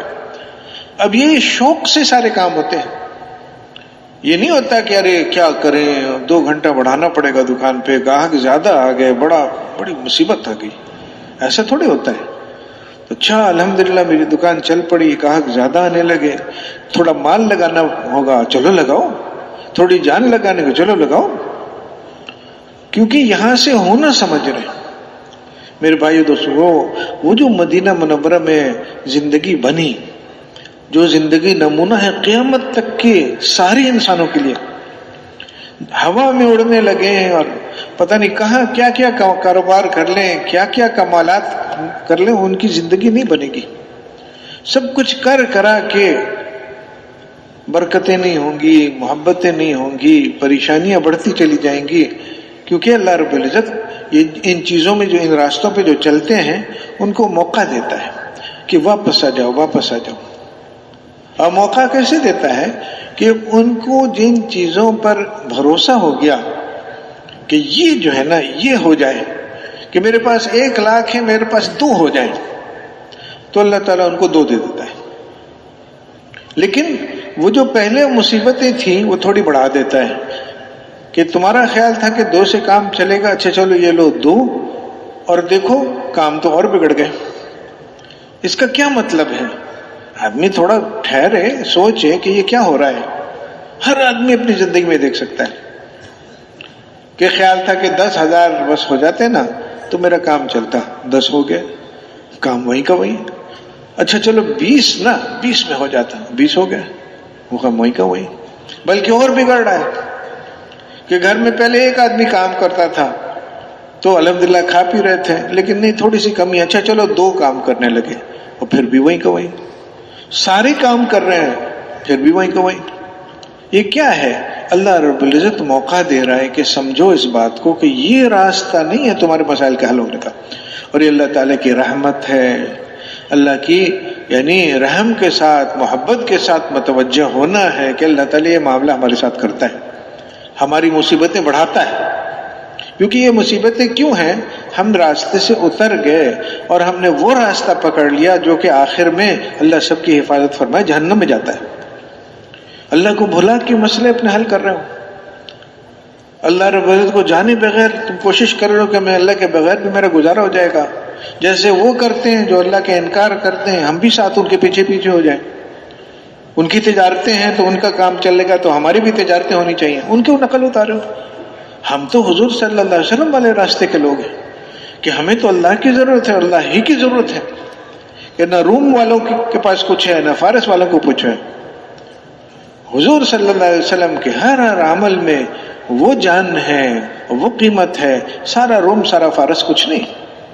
اور یہ مثال ہے، نمونہ ہے قیامت تک کے لیے کہ جو لوگ حضور صلی اللہ علیہ وسلم کے پیچھے چلیں گے اللہ رب العزت ان کو ہر طرف سے مستغنی کر دے گا۔ شاید ان کے پاس پیسے نہ ہوں، شاید ان کے ہتھیار شاندار نہ ہوں، لیکن بلکہ عام طور سے یہی ہوتا ہے کہ اللہ تعالیٰ ان کو زیادہ ہتھیار زیادہ مال نہیں دیتا تاکہ لوگ اپنی آنکھوں سے دیکھ لیں۔ بدر میں کیا ہوا کہ وہ جو لوگ اپنے ہتھیاروں پہ اعتبار کیے ہوئے تھے، بھروسہ کیے ہوئے تھے، اللہ تعالیٰ نے گویا ان سے کہا کہ لے آؤ جو کچھ تمہارے پاس ہے، آ جاؤ میدان میں سب کچھ لے کے۔ اب ہر آدمی نے، یعنی یہ جنگجو لوگ تھے، ہر ایک کے پاس اپنا ایک پسندیدہ گھوڑا تھا، اور جو پسندیدہ کئی تلواریں ہوتی تھی ایسے آدمی کے پاس، اپنی پسندیدہ تلوار نکالی، اپنا شاندار جو ڈھال نکالا، پوری تیاری کر کے آئے کہ جنگ میں جا رہے ہیں۔ ادھر 313 نہت تھے، ایک آدھ تلوار کسی کے پاس اتفاقاً تھی، کسی کے ہاتھ میں ایک آدھ ڈنڈا تھا بس۔ تو اللہ تعالیٰ نے ان کو کہا تم پوری تیاری کر لو، ان کو کوئی چیز ساتھ لینے نہیں دی، اور جمع کر دیا کہ اب کر لو جو کر سکتے ہو تم۔ اور اب جو وہ ہارے تو، اور یعنی اس کے خود فرما دیا اللہ تعالیٰ نے کہ میں نے کیوں کیا، کہ اس دن جو مارا جائے وہ سمجھ، کھلی آنکھوں مارا جائے، وہ سمجھے کہ میں کیوں مارا گیا، اس لیے نہیں کہ میرے پاس ہتھیار نہیں تھا، گھوڑا نہیں تھا، تلوار نہیں تھی، سب تھا، لیکن معلوم ہوتا ہے کہ یہاں کوئی اور معاملہ ہے۔ ان کے ساتھ ایک ایسی ذات ہے کہ کوئی گھوڑے کوئی ہتھیار کسی کام کے نہیں آتے، ہم تو جو کچھ تھا لے کے آ گئے تھے۔ اب ان کو موقع دیا جا رہا ہے کہ سمجھو اس بات کو کہ ایک ایسی ذات ان کے ساتھ ہے، تمہیں بھی اس کی ضرورت ہے، ورنہ تمہارے کام نہیں چلیں گے، تمہارے سارے ہتھیار بیکار۔ یعنی صحابہ کرام کو بدر میں استعمال کیا گیا کہ کافروں کو سمجھائیں کہ تم غلط راستے پہ، اور یہ اللہ تعالیٰ کی یعنی ان کے لیے ایک موقع دینے کی بات ہے، موقع دیا ان کو کہ بھئی آ جاؤ، بس سمجھو اس بات کو۔ اب یہ بار بار بدر والا معاملہ ایسا نہیں ہے کہ ایک دفعہ ہو گیا اور ہم اس کو دیکھ کے دور سے کہیں واہ واہ واہ واہ، نہیں، یہ راستہ ہے، یہ راستہ ہے۔ حضرت عمر رضی اللہ عنہ کے زمانے میں ایک موقع پہ دشمن کے لشکر بہت بڑے پھیلے ہوئے اور مسلمان بہت تھوڑے، تو کسی نے کہہ دیا کہ آج دشمن کتنے زیادہ ہیں اور مسلمان کتنے تھوڑے ہیں۔ تو ایک صحابی بول پڑے کہ غلط بات کہی تم نے، غلط کہا، مسلمان کتنے زیادہ ہیں اور کافر کتنے تھوڑے ہیں، حالانکہ نظر آ رہا ہے۔ لیکن انہوں نے جو بات فرمائی کہ اگر تم ہمارے ساتھ بدر کے دن ہوتے نا تو یہ جملہ نہیں بولتے۔ ایک سیکھی ایک بات بدر میں، یعنی کہ بدر دیکھا کہ اچھا ایسا بھی ہو سکتا ہے، یہ سیکھا کہ ایک راستہ ہے کہ جس نے اللہ کو ساتھ لے لیا، وہ تھوڑے ہوں یا زیادہ ہوں وہی زیادہ ہے، اور جو آ گیا مقابلے میں اور اس کے ساتھ اللہ نہیں ہے تو ساری دنیا لے کے آ جائے کچھ نہیں اس کے پاس۔ اب یہ ایک بنیاد تھی زندگی کی، جو زندگی مدینہ منورہ میں آگے چلی، اسی بنیاد پہ اخلاق تھے، معاملات تھے، معاشرت تھے۔ جب آدمی گھر میں گھستا ہے اور اس کے چھوٹے اس کے ساتھ ضد کرتے ہیں، بدتمیزی کرتے ہیں، غصہ کیوں نہیں آئے گا؟ غصہ تو آئے گا کہ جس بچے کو میں نے اپنے ہاتھوں سے پالا اور اس پہ خرچہ کیا اور اب آ کے آنکھیں دکھا رہا ہے مجھے، غصہ تو آئے گا۔ لیکن جس کو اللہ یاد ہے کہ وہ اللہ تو ہے اور مجھے تو اللہ کی ضرورت ہے، تو میں وہ کروں گا اس بچے کے ساتھ کہ جس پہ اللہ تعالیٰ میرے ساتھ ہو جائے۔ وہاں بھی اسی طرح چلے گا، دکان پہ دکانداری میں معاملات ہوتے رہتے ہیں، لین دین میں لڑائی جھگڑے ہوتے رہتے ہیں، دو بھائی، تو باپ کا انتقال ہو گیا، اب وراثت میں زمین، اب وہ جھگڑا ہو رہا ہے۔ تو ایک بھائی نے کہا کہ جتنی بھی زمین ہے میرے بھائی کا میرا بھائی ہونا یہ زیادہ قیمتی ہے، میں زمین لے لوں اور بھائی سے جھگڑا ہو، اس کا کیا فائدہ؟ تو اب ایک بات ہے دل میں کہ زمین کی وہ قیمت نہیں ہے۔ اللہ رب العزت نے حضور صلی اللہ علیہ وسلم نے جو سکھائی ہیں باتیں کہ دیکھو رشتہ داری کو جوڑو، رشتہ داری قیمتی ہے، اور یہ کیا ہے، ٹھیک ہے لے لو تم، ساری وراثت تم ہی لے لو، کوئی بات نہیں۔ تو یہ ساری جو قصے ہیں ان کو سن کے جو آدمی کا دل بلند ہوتا ہے کہ ہاں ایسا ہونا چاہیے، ایسا ہونا چاہیے، وہ کرے گا کون؟ وہ کرے گا جس نے پہچانا کہ ہمیں تو اللہ کی ضرورت ہے، زمین کی بھی نہیں ضرورت ہے مجھے، بچے میری مانے بہت اچھی بات ہے، نہ مانے اس کی بھی نہیں ضرورت ہے مجھے، جب اللہ ساتھ ہے کافی ہے میرے لیے۔ اور صدر بن گیا، وزیر بن گیا، تلوار ہاتھ میں آ گئی، دشمن کے مقابلے میں کھڑا ہے، وہاں بھی اس کی اس بات کی طرف نظر ہوگی کہ اللہ تعالیٰ ساتھ ہے یا نہیں ہے۔ اور مشکل ہوتا ہے، ادھر جذبات ہوتے ہیں۔ یہ بعض دفعہ ہمارے جو بڑے تھے پرانے علماء، وہ قصے بناتے تھے سمجھانے کے لیے کہ جنگ میں ہیں اور ایک صحابی نے تلوار اٹھائی اور دشمن نے منہ پہ تھوک دیا تو انہوں نے چھوڑ دیا۔ اب وہ حیران کہ یہ کیا؟ تو اب ایک آدمی کی نظر ہے اپنے دل پہ کہ میں پہلے تمہیں اللہ کے لیے مار رہا تھا، اب غصہ آ گیا، میں غصے کے لیے نہیں ماروں گا تمہیں، اللہ کو راضی کرنے کے لیے میں لڑ رہا ہوں، میرے غصے کا اس سے کوئی واسطہ نہیں۔ ایسا بن جائے آدمی کہ چاہے جنگ میں ہو، چاہے گھر پہ ہو، چاہے دکان پہ ہو، جہاں بھی ہو، اس کی نظر اس بات پہ ہو کہ مجھے تو اللہ کو راضی کرنا ہے بس۔ دکان پہ ہوں تو پیسے بنانے کی مجھے کوئی ضرورت نہیں، گھر پہ ہوں تو میں سکون چین کے لیے نہیں آیا ہوں، میں اللہ کا حکم ماننے آیا ہوں، اللہ کا جو بھی حکم ہوگا۔ اور یہ بات ہے کہ جب میں مانوں گا تو آخر کار جا کے شروع میں امتحان ہوگا، آخر جا کے سکون بھی ہوگا، اور ایسا سکون ہوگا کہ پائیدار ہوگا، وہ پیچھے نہیں ہٹے گا۔ ہمارے حضرات اس کام کے بارے میں ایک جملہ بہت کثرت سے بولا کرتے تھے کہ بھئی یہاں تو مذہب کی زمین تیار ہو رہی ہے، کہ زمین اگر تیار کی ہے، بنیاد اگر مضبوط ڈالی ہے تو جتنی بڑی عمارت کھڑی کر لو، اور اگر بنیاد مضبوط نہیں ہے، یعنی آدمی کو 5 منزلہ عمارت بنانی ہے تو گڈھا زیادہ گہرا کھودے گا، اور وہی بات ہے کہ نتیجہ تو سب کو پسند ہے، بلڈنگ کھڑی ہو جائے گی، سب کہیں گے واہ واہ واہ واہ، لیکن جب وہ بن رہی ہوگی تو ناواقف آدمی کیا کہے گا کہ یہ گڈھا کیوں کھود رہے ہو؟ جی 5 منزلہ عمارت بنا رہی تو بناؤ نا، یہ کیا کر رہے ہو، گڈھا کھودنے کا کیا فائدہ؟ گڈھا نیچے جا رہا ہے اور عمارت اوپر جاتی ہے تو تم نیچے کیوں جا رہے ہو، اوپر لے جانا ہے نا۔ تو وہ ہنسے گا، کہے گا میاں جی تم جاؤ اپنا کام کرو، کیونکہ جتنا اوپر جانا ہے اتنا نیچے گڈھا کھودنا ہوگا، ایسا کام کرنا ہوگا جو کسی کے سمجھ میں نہیں آتا۔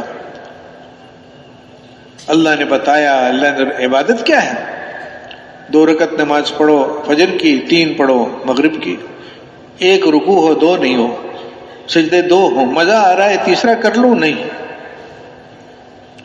کیوں؟ کیونکہ اللہ نے کہا، اللہ کے رسول نے کہا، اور کوئی وجہ نہیں ہے اس کی۔ عبادات وہ چیز ہے کہ جس میں کوئی وجہ نہیں سمجھ میں آتی، کیوں؟ ایک ہی وجہ ہے کہ اللہ نے کہا، اللہ نے رسول۔ اب یہ اللہ کی ماننے کی ایک عادت پڑتی ہے آدمی کی کہ میں تو اللہ کا ہوں، میں اللہ کی مانوں گا۔ اس میں پکا ہو گیا تو دکان پہ بیٹھے بھی اللہ کا بندہ بن کے بیٹھے گا کہ میں تو اللہ کا ہوں، میں اللہ کی مانوں گا۔ پیسے چلے جائیں، آ جائیں، آتے وقت بھی اللہ کی طرف نظر، جاتے وقت بھی اللہ کی طرف نظر۔ صدر بن گیا، وزیر بن گیا، حکومت باقی رہے گی، ٹھیک ہے، حکومت چلی جائے گی، ٹھیک ہے، میں تو اللہ کا بندہ ہوں، میں حکومت کا بندہ نہیں ہوں۔ تو بندگی سیکھنے پر محنت لگتی ہے۔ بندگی کیا کہ میں یہ دیکھوں گا، باقی ساری چیزیں اپنی جگہ پہ، اللہ کیا چاہتا ہے، اللہ کا رسول کیا چاہتا ہے۔ میرے بھائیو دوستو، وہ انفرادی زندگی ہو، اجتماعی زندگی ہو، میرا گھر، میرے بیوی، میرے بچے، یا سارا پاکستان یا ساری دنیا میں پھیلی ہوئی امت، جو حالات آ رہے ہیں وہ اللہ رب العزت بھیج رہا ہے۔ ایسا نہیں ہے کہ فلاں قوم والے پیچھے پڑ گئے، فلاں ملک والے پیچھے پڑ گئے تو یہ ہو گیا، نہیں، یہ سب وہ اللہ رب العزت کی طرف سے یاد دہانیاں آ رہی ہیں کہ تم تو میرے بندے ہو، کہاں چلے گئے؟ تم ملک کی سن کے زندگی گزارو گے، مال کی سن کے زندگی گزارو گے، میری نہیں مانتے، تم تو میرے ہو۔ جو آگے زیادہ نکل جاتے ہیں نا ان کو اللہ تعالیٰ چلنے دیتا ہے۔ اللہ تعالیٰ کی نافرمانی میں جو زیادہ آگے بڑھ جاتے ہیں تو اللہ تعالیٰ کہتا ہے کہ تمہارا حساب تو آخرت میں ہوگا، لو مال کر لو جو مزے تم کر سکتے ہو۔ ان کے ساتھ ایسا نہیں ہوتا، لیکن جب اپنے اس راستے پہ چلنے کی کوشش کرتے ہیں تو جن ترکیبوں سے اور ترتیبوں سے ان کی بنتی بھی نظر آ رہی ہے، اللہ ان کی بننے نہیں دیتا کہ تم اس راستے والے نہیں ہو، وہ راستہ تو جہنم میں جا رہا ہے، وہاں ان کا حساب ہوگا، تم اس طرف کیوں چل پڑے؟ ہمارے حضرات مثال دیتے تھے کہ ایک قیدی ہے، کہتے ہیں کہ قیدیوں کے ساتھ اصول ہے کہ جس کو سزائے موت ملتی ہے تو آخری رات وہ مطالبہ کر سکتا ہے کہ مجھے جو چاہو، کہتے ہیں تم جو چاہو تمہارے لیے ہم دسترخوان پہ جمع لے آئیں گے، مرغی کھانی ہے، مچھلی کھانی ہے، بکرا کھانا ہے، لسی پینی ہے، تم جو کہو، شاندار دسترخوان لگتا ہے، کل تو لٹکنا ہے۔ اب وہ دوسرا قیدی ہے جس کو صبح آزادی ملنی تھی، وہ کہتا ہے یار اتنے دن ہو گئے ایسا کھانا تو دیکھا نہیں، میں بھی اس کے ساتھ بیٹھتا ہوں۔ تو اس کے ساتھی اس کو کہیں گے اللہ کے بندے کیا کر رہے ہو، کل تم آزاد ہو جاؤ گے، جانا مزے کرنا، ابھی اس کے ساتھ بیٹھے تو اس کے ہاتھ لٹکنا ہے تمہیں، اس کا تو یہ آخری کھانا ہے، بس یہی کچھ ہے۔ تو میرے بھائی دوستوں، جو دوسرے ہوتے ہیں جو اس راستے پہ پڑ گئے، جہنم والے راستے پہ، اور اللہ تعالیٰ کے علم میں ہوتا ہے تو ان کو پھر چھوٹ ہوتی ہے، ڈھیل ہوتی ہے کہ ٹھیک ہے تم مال جمع کرو، مال کے حساب سے تمہیں میں چیزیں بھی دے دوں گا، چیزیں استعمال کرو، کچھ نہ کچھ تمہیں چین سکون بھی دے دوں گا، چلو مزے بھی دے دوں گا، جو کر سکتے ہو۔ دل کا چین نہیں دیتا، یہ آخری موقع ایک ملتا رہتا ہے کہ تھوڑا سا وہ سوچے تو صحیح کہ ساری چیزیں آگے کچھ نہیں بنا، لیکن دوسرے دیکھ کے دھوکے میں پڑ جاتے ہیں۔ اس لیے بہت وضاحت سے فرمایا کہ ان لوگوں کو جو میں نے مال دیا ہے کافروں کو، اور ان کو جو ہم نے اولاد دی ہے، اس کی وجہ سے آپ ظاہر ہے حضور صلی اللہ علیہ وسلم تو نہیں شک میں پڑنے تھا ان کو، لیکن ہم ان کو خطاب کر کے ہمیں بتایا جا رہا ہے کہ اس کی وجہ سے آپ لوگ یہ اچھا نہ لگے آپ کو کہ بڑے مال ہے ان کے پاس اور بڑے اولاد ہے ان کے پاس، نہیں، یہ تو اللہ نے ان کو اس لیے دیا ہے کہ ان کو انہی کی ذریعے سے آزمائے، عذاب دے، تکلیف دے۔ بھائی بچوں سے تکلیف بھی ہوتی ہے نا، 5 نوجوان بچے بڑے خوبصورت اور سب نافرمان، تو دیکھنے والا تو بڑا خوش ہوگا کہ واہ واہ واہ واہ، اور ادھر باپ پریشان ہے انہی کی بچوں کی وجہ سے کہ یہ سب اس کے پیچھے ہیں کہ کسی طرح سے میں جاؤں تاکہ ان کو میری میراث ملے۔ لو اب کتنا پریشان ہوگا باپ، شکل تو بڑی خوبصورت بنی ہوئی ہے۔ تو یہ جو بچے میں نے دیے، بیٹے دیے ہوئے ہیں ان کو، اور ان کو مال دیے ہوئے ہیں، اس کی آپ کو ایسا نہ ہو کہ یہ اچھا لگنا لگ جائے آپ کو، یہ تو اللہ تعالیٰ نے ان کو اس لیے دیا کہ ان کے ذریعے سے ان کو عذاب دے، اور جب ان کی جان نکلے تو کفر کی حالت میں نکلے، یہ جہنم کے راستے پڑ گئے ہیں، یہ جہنمی میں پہنچیں گے، وہاں حساب ہوگا۔ مسلمان اس راستے پہ چلے تو اللہ کی رحمت ہے، اللہ تعالیٰ کی مہربانی ہے کہ اس کی پٹائی ہوگی، اس کو اس راستے سے نہیں ملے گا کہ وہ کوشش کرے کہ میں مال اپنا بڑھا لوں، میرا کام بن جائے گا، اس کا مال بڑھ جائے گا، اس کا کام بگڑ جائے گا۔ میرے بھائی دوستو، اس کام میں یعنی یہ کوئی ایسی بات نہیں ہے کہ چلو کوئی بات نہیں، کر لو، نہ کرو۔ مسائل کا جو حل حضور صلی اللہ علیہ وسلم نے امت کو دکھایا تھا کہ اعمال میں لگو اور اعمال کو ساری دنیا میں پہنچانے کی فکر کرو، گویا اللہ تعالیٰ کی طرف سے سفیر بن جاؤ دنیا میں، کہ جو اللہ تعالیٰ ساری انسانیت سے چاہتا ہے، تمہارا کام یہ ہے کہ ساری انسانیت کو اس چیز پر لانے میں اپنا سب کچھ لگا دو، جتنا لگاؤ گے اتنا میری طرف سے مددیں آئیں گی۔ لگانا پڑتا ہے شروع میں، تاکہ اللہ تعالیٰ کو، یعنی اصل میں مسئلہ ہے اللہ تعالیٰ کے ساتھ دھوکہ نہیں چلتا، چالاکی نہیں چلتی۔ فرعون نے یہ نعرہ لگانا شروع کیا کہ میں سب سے بڑا رب ہوں، تو اللہ تعالیٰ نے مختلف اس کو مصیبتوں میں پھنسایا۔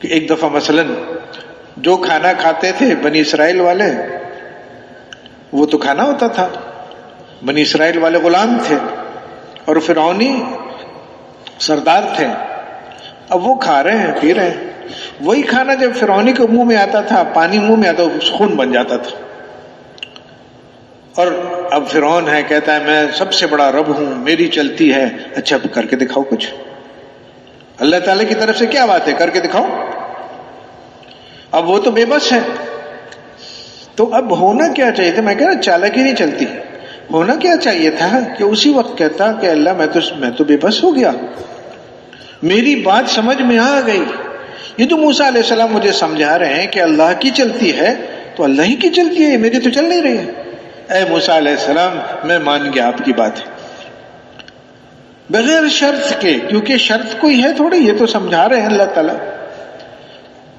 لیکن وہ چالاکی پہ آ گیا، چالاکی کیا، اے موسیٰ اس مصیبت کو ہٹا دو پھر ہم آپ کی مان لیں گے، اس کا تو مطلب ہے کہ مانا ہی نہیں ہے، پھر ہم مانیں گے کیا مطلب، ابھی نہیں سمجھ میں یہ بات کہ تمہاری نہیں چلتی، تو وہ حال کو بدلنے کے چکر میں تھوڑی دیر کے لیے ماننے کی شکل بنا رہا ہے کہ برا حال آ گیا میرے اوپر، چلو تھوڑا سا نا وہ شکل بنا لیتے ہیں، یہ حال ٹھیک ہو جائے پھر ہم وہیں کے وہیں ہوں گے، حالانکہ حال خود آدمی کو جگانا چاہیے کہ یہ کیا ہو رہا ہے میرے ساتھ، زندگی گزر رہی ہے اور اس راستے پہ میں چل رہا ہوں آگے سے آگے آگے سے آگے، کہ پہلے 1000 کماتا تھا اب میں 10,000 کما رہا ہوں، پہلے 10 تھا اب لاکھ، اور مصیبتیں بڑھتی چلی جا رہی ہیں، تو بھائی بجائے یہ کہ کسی بزرگ کے پاس جائیں کہ آپ دعا کر دیجئے ٹھیک ہو جائے، اس کے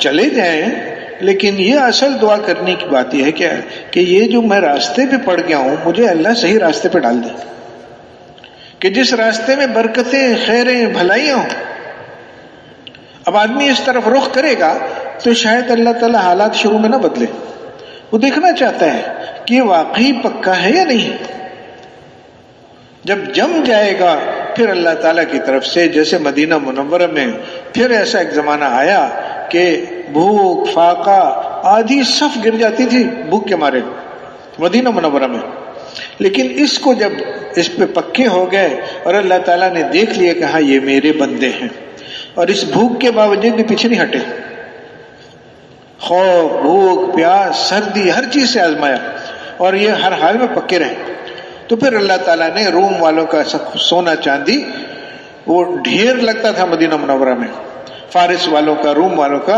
اتنا اونچا ڈھیر ہوتا تھا کہ ایک آدمی اس طرف کھڑا دوسرے آدمی اس طرف کھڑا اس کو نظر نہیں آتا تھا، اور کیا ہے سونا چاندی زیور، بوریاں بھر کے سونے کے سکے گھروں میں آتے تھے کہ یہ تمہارا حصہ ہے، کیوں، اب ان کو اس کی کوئی پرواہ نہیں تھی، اس کو کچھ نہیں سمجھتے تھے، یہ چیزیں ان کا دل کا جو کی توجہ اللہ سے نہیں ہٹا پاتی تھی، اب دے دو ان کو دنیا ساری، تو میرے بھائی دیکھو حالات بھی پھر سنبھلے، لیکن جب انہوں نے بہت دن صبر کیا جمے رہے تو اللہ تعالیٰ نے پھر سب کچھ ٹھیک کیا، راستہ ایسا ہے کہ شروع میں مشقت آتی ہے، لیکن پھر جو اللہ تعالیٰ ساتھ ہو جاتا ہے تو مخلوق وہ کر ہی نہیں سکتی ہے، جو اللہ مخلوق کے ہاتھ میں ہے ہی نہیں، چھوٹا سا برتن ہے وہاں بھی اللہ ہی دے رہا ہوتا ہے، لیکن جب اللہ خوش ہو کے دینے لگتا ہے تو پھر بے حساب دیتا ہے۔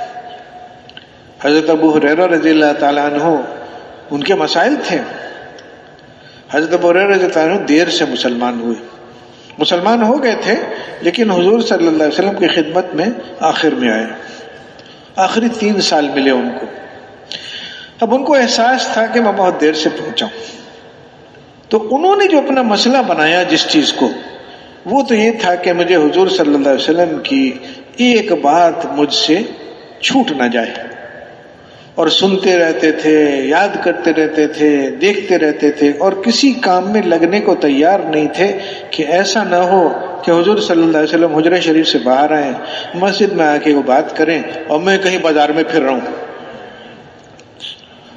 یقیناً ان کو پتا تو نہیں تھا کتنے سال باقی، لیکن ان کو محسوس ہو گیا تھوڑا وقت باقی، تو ہٹتے نہیں تھے وہاں سے۔ اب یہ ایک مسئلہ کہ ان کو خوف تھا کہ کوئی چیز چھوٹ نہ جائے، لیکن ساتھ اب دوسرا مسئلہ کہ کھانا پینا، اور ماشاءاللہ لوگ ایسے تھے کہ یعنی بھوک سے بے ہوش ہو جاتے تھے، لیکن دائیں بائیں کسی کو پتہ نہیں تھا کہ بھوک کی وجہ سے ہوا ہے. وہ سمجھتے تھے پتہ نہیں مرگی کا دورہ پڑا ہے کیا ہے، حالانکہ کچھ نہیں تھا، بھوک تھی. اب ایسی بھوک تو کافی دنوں کے صبر کے بعد ہوتا ہے کہ بے ہوش ہو جائے آدمی، لیکن وہ ہلتے نہیں تھے وہاں سے کہ نہیں حضور صلی اللہ علیہ وسلم کا دروازہ مجھے نہیں چھوڑنا. ایک چیز ہدف بنائی انہوں نے، اور اب رکاوٹیں آ رہی ہیں برداشت کر رہے ہیں، بھوک شدید برداشت کر رہے ہیں، بھول رہے ہیں تو اب یاد کرنے میں لگے ہوئے. جب اللہ تعالیٰ نے ایک مدت تک دیکھا کہ یہ تو بندہ جمع ہوا ہے اس بات پہ، پھر اللہ تعالیٰ کی طرف سے ایسی مددیں آئیں کہ جو ہمارے تصور سے آگے کی. کہ پہلا جو بڑا مسئلہ تھا، حضور صلی اللہ علیہ وسلم نے بلایا، ان سے ان کی چادر مانگی اور ان کچھ پڑھ کے اس پہ کہا کہ اچھا اب یہ چادر پہن لو. وہ چادر اوڑھی تو کہتے ہیں اس کے بعد سے مجھے کوئی ایک بات نہیں بھولتی جو حضور صلی اللہ علیہ وسلم فرماتے. اور یعنی بعد میں لوگوں نے امتحان لیا کہ 1 سال بلایا اور حدیثیں سنی اور لکھ لی، پردے میں ایک آدمی کو پیچھے بٹھا دیا. پھر دوسرے سال آیا کہ وہ جو پچھلے سال آپ نے سنائی تھی نا ذرا دوبارہ سنائیں. دوبارہ سنی تو حرفن جو پچھلے سال کا تھا وہ اس سال کا. ایسا پکا اللہ نے ان کو حافظہ دے دیا. ایک مسئلہ حل. دوسرا مسئلہ پھر حل کیا ہوا؟ بھوک کا مسئلہ. تو ایک موقع پہ حضور صلی اللہ علیہ وسلم نے وہ چھوٹی سی ایک تھیلی سی تھی جس میں کھجور رکھتے تھے وہ، تو ان کو کہا کہ ذرا تھیلی لاؤ، اور تھیلی میں کچھ پڑھ کے پھونکا اور پھر اس کو 36 سال تک اس میں سے کھاتے رہے. کہا کہ کھاتے رہو کھلاتے رہو، الٹا نہیں کرنا اس کو. اب وہ اتنی سی تھیلی اللہ نے ایسی برکتیں دی. لیکن میرے بھائی دوستو یہ کب ہوا؟ جب شروع میں صرف اللہ کے بھروسے پہ قدم اٹھایا کہ مجھے حضور صلی اللہ علیہ وسلم والا علم، ان والا دین چاہیے، اور جو مجھ پہ گزرے گزر جائے، میں اس کی طرف توجہ نہیں دوں گا، میں تو لگا رہوں گا. میرے بھائیو دوستو اللہ تعالیٰ کو سب سے پہلے اپنی طلب میں اپنے آپ کو سچا دکھانا پڑتا ہے کہ اللہ مجھے دین چاہیے، مجھے حضور صلی اللہ علیہ وسلم والی زندگی چاہیے، اور اس یقین کے ساتھ کہ اسی میں یہ جو حضور صلی اللہ علیہ وسلم والی زندگی کا ملنا ہے، اسی میں میرے سارے انفرادی اجتماعی مسئلوں کا حل ہے. چاہے ملکوں میں جو حالات بگڑ گئے امت پہ، چاہے میرے گھر میں جو حالات آ رہے ہیں، یہ بھی اللہ بھیج رہا ہے، وہ بھی اللہ بھیج رہا ہے. اور وجہ کیا ہے؟ وجہ یہ ہے کہ اللہ تعالیٰ دیکھ رہا ہے کہ میں غلط راستے پہ پڑ گیا. مسئلہ صرف نماز روزے کا نہیں ہے. نماز روزے اپنی جگہ میں بڑی شاندار چیز ہے، لیکن نماز روزے کو اپنی ہر بھلائی کا مدار اور بنیاد سمجھنا یہ رہ گیا. نمازی بھی مسجد میں کھڑا دکان کو کیوں سوچتا ہے نماز میں کہ امام صاحب آپ اتنی لمبی صورتیں پڑھ دیتے ہیں، میں تو دکان سے اٹھ کے آیا ہوں، جلدی سے پڑھیے نا نماز. خود میں مسلمان ہوں، نماز پڑھوں گا، لیکن کام میری دکان پہ بنتے ہیں، دکان کھلی ہوئی ہے، آپ نماز کھینچ رہے ہیں لمبی. تو یہ کیوں آ رہا ہے دل میں؟ کیونکہ کام میری دکان سے بنتے، نماز میں پڑھتا ہوں. جب دل میں یہ والی بات آئے گی کام میرے اللہ بناتا ہے اور میں نماز میں کھڑا ہوں، یہاں میرے کام بنیں گے. ہوگا مؤذن یہی تو کہتا ہے، آ جاؤ نماز کی طرف، آ جاؤ کامیابی کی طرف. کامیابی یہاں ہے جہاں تم نے سمجھا ہوا ہے کہ یہاں کامیابی، وہاں نہیں ہے. کامیابی تو یہاں ہے. یہ چیز جو ہاتھ سے گئی تو میرے بھائیو دوستو دین کی جان نکل گئی. شکل باقی ہے، اس پہ بھی اللہ کا بہت شکر ہے، لیکن بس وہ پتہ نہیں کتنی جان باقی ہے. تو میرے بھائی دوستو جتنے مسائل ہیں جو ہمیں روک رہے ہیں آگے بڑھنے سے اور دین کی محنت میں لگنے سے، دین کے لیے قربانیاں دینے سے، ان مسائل کا تعلق اسی بات سے ہے کہ ہم نے دین کو ایک اضافی چیز سمجھ لیا، ایک زائد چیز ہے. یہ بات نہیں سمجھ میں آئی کہ جو میرے منہ میں کھانا جا رہا ہے اور پیٹ میں ہضم ہو رہا ہے وہ دکان سے نہیں، وہ نماز سے ہے. جو میرے مسائل اٹکے ہیں وہ اس لیے نہیں ہے کہ پیسوں کی کمی ہو گئی، یا فلاں مسئلہ کھڑا، وہ مسئلے اس لیے کہ میرے رکوع میں میرا دھیان اللہ کی طرف جاتا ہی نہیں ہے. سجدے میں اللہ کے قدموں میں اپنا سر رکھا ہوتا ہوں اور مجھے احساس ہی نہیں ہوتا ہے، پتہ نہیں کہاں کہاں گھوم رہا ہوتا ہوں. اس پہ جو اللہ تعالیٰ نے مجھے دیکھا اور اللہ تعالیٰ نے دیکھا کہ کس راستے پہ چل پڑا، اللہ تعالیٰ نے میرے حالات بگاڑ دیے. کہ اس بات کو سمجھو کہ میں تمہارے حالات بناؤں گا، آؤ میرے پاس اپنے مسئلے لے کے میرے پاس آؤ، ادھر ادھر نہ جاؤ. آج میرا بھائی ہے، بہت محبت ہے مجھے اس سے، بڑے قریب میں ہم، لیکن میرا بیٹا پیسے اس سے مانگے تو میں اس کو خوش ہوں گا ناراض ہوں گا؟ کہ میرا بیٹا بھائی سے کیوں مانگ رہا ہے، مجھ سے کیوں نہیں مانگ رہا ہے؟ ساری دوستی اپنی جگہ پہ، لیکن میرا بیٹا اس سے کیوں مانگ رہا ہے، مجھ سے کیوں نہیں مانگ رہا ہے؟ اب بھائی سے تو میری کو مناسبت ہے، چلو مثالیں تو ایسی ہوتی ہیں. اللہ رب العزت کے بندے ہیں ہم اپنے مسائل کو لے کے دکانوں پہ کیوں بیٹھے ہوئے؟ دکانوں پر جا رہے ہیں کہ اس دکان سے میرا مسئلہ حل ہوگا. ہمیں اللہ کی طرف جانا تھا، اللہ تو میرا مسئلہ حل کرے گا. پھر چاہے دوبارہ دکان پہ جائیں، اللہ تعالیٰ دکان کے ذریعے سے حل کر دے، دکان لے کے حل کر دے، اس کی مرضی. لیکن میں بنیادی طور پہ اپنے مسئلے لے کے اللہ کے پاس جاؤں گا، پھر اللہ کی زمین میں پھروں گا، دیکھوں گا شاید اللہ کسی مخلوق کو مسخر کر دے میرے لیے، شاید بغیر کسی مخلوق کے براہ راست میرا مسئلہ حل کرے. میں تو بندہ اس کا ہوں. میرے بھائیو دوستو، ساری محنت اس کی ہو رہی ہے کہ ہم اللہ کے بندے بن کے اللہ کو دکھائیں. اور اس کے لیے یہ جو اللہ کے راستے میں نکلنے والا کام ہے نا، یہ اس لیے نہیں ہے، فارغ لوگوں کے لیے نہیں ہے. فارغ لوگ بھی نکلیں نہیں، جو مشغول لوگ ہیں، جو 20 مسائل میں پھنسے ہوئے ہیں، وہ جیسے مؤذن کہتے ہیں نا، آ جاؤ نماز کی طرف، آ جاؤ کامیابی کی طرف. کہ تم اپنے طریقے سے اپنا مسئلہ حل کرنے میں لگے ہوئے ہو، اللہ کو مسئلہ حل کرنے دو. اور وہ مسئلہ نہیں ہے، وہ جو مصیبت ہے ہماری، وہ مسئلہ نہیں ہے. وہ مصیبت یہ ہے کہ ہم اس کو اپنے طریقے سے کیوں حل نہیں کرنے کی کوشش کر رہے ہیں، اللہ کے حوالے کیوں نہیں کر رہے ہیں. اللہ کو اللہ نہیں جانتے؟ وہی تو ہے جو سب کچھ کرتا ہے.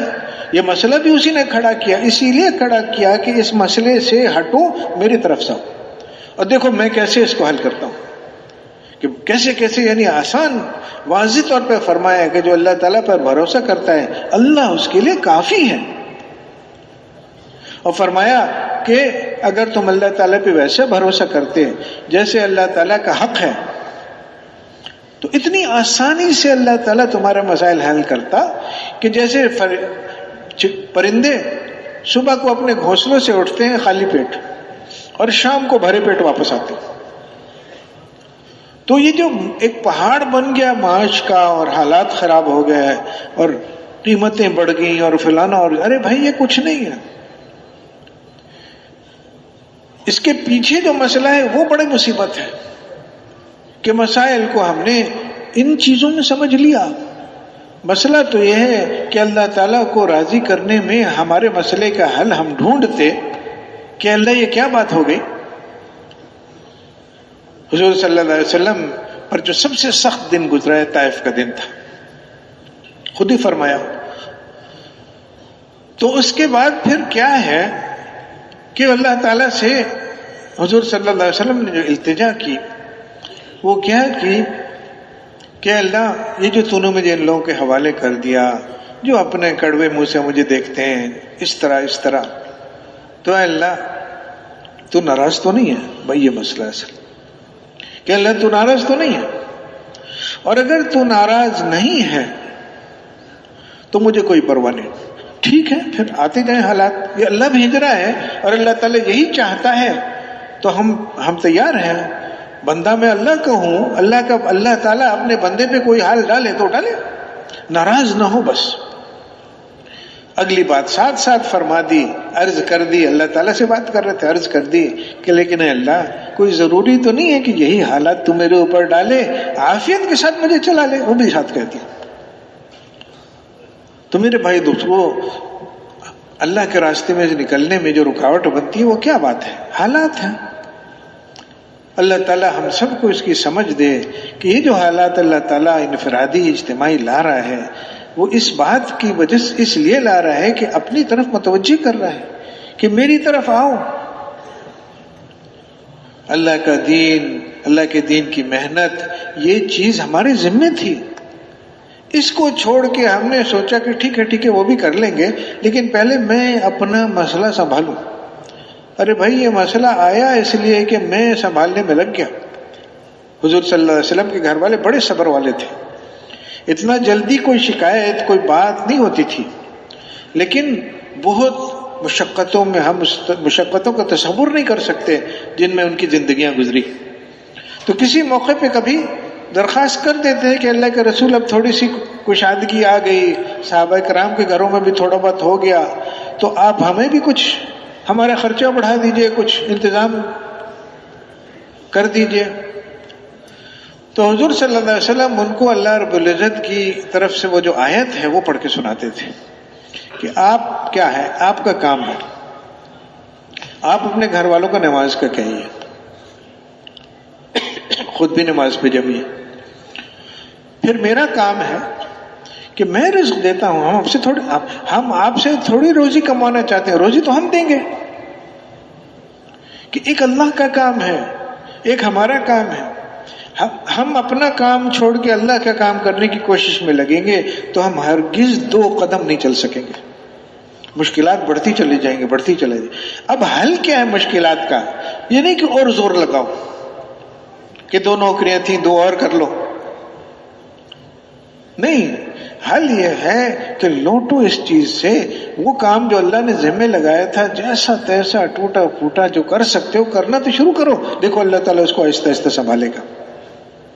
اور یہ اس لیے نہیں کہ میرا کام سنبھل جائے، اس لیے کہ میں اللہ کی بندگی میں دوبارہ آ جاؤں، کہ اللہ تعالیٰ نے جو میرے لیے زندگی کی ترتیب خود تجویز فرمائی ہے کہ تم میری مان کے چلو، میں تمہارے انتظامات کروں گا.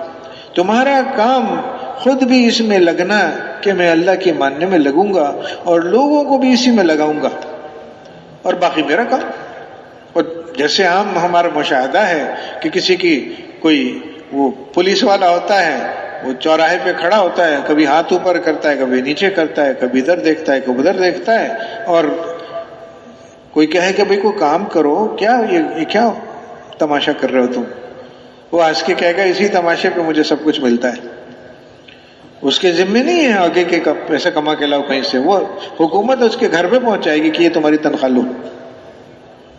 تو میرے بھائی دوستو، جب ہم اللہ رب العزت کے کاموں میں لگیں گے، اب ہمارے ذمہ ایک اللہ کو اللہ ماننا کہ میں تو اس کا بندہ ہوں، باقی جتنے مجھے بلا رہے ہیں میں ان کا نہیں ہوں، میں جاؤں گا ان کے پاس، ان کا بن کے نہیں جاؤں گا. میں اللہ کا بندہ بن کے دکان پہ بیٹھوں گا. اگر بیٹھنا ہوا اور نہیں ہوا تو نہیں بیٹھوں گا، جو تقاضا ہے موقع کا وہ میں کروں گا، کیونکہ میرے جو پلنے کا تعلق ہے وہ تو اللہ سے ہے. تو میں اللہ کا بن کے دکھاؤں گا، باقی کام اللہ تعالیٰ کریں گے. ایک صحابی سمندر کے سفر میں گود میں لکڑی کا پیالہ، کوئی قیمت نہیں ہوتی لکڑی کے پیالے کی، نہ آج ہے نہ اس وقت تھی. پانی کی موج آئی اور وہ گیا سمندر میں.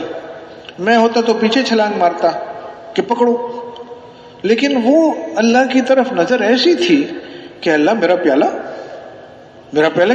کیسے جا سکتا ہے میری گود سے میرا پیالہ، میں تو اللہ کا کام کرنے والا ہوں. ایسے میرے بھائی دوستو اللہ تعالیٰ زندگی آسان کرے گا. جن مشکلات کی وجہ سے ہم اللہ کے راستے میں جانے میں ٹھٹکتے ہیں، گھبراتے ہیں، وہ مشکلات بھی اللہ تعالیٰ حل کرے گا اللہ کے راستے میں نکلنے سے.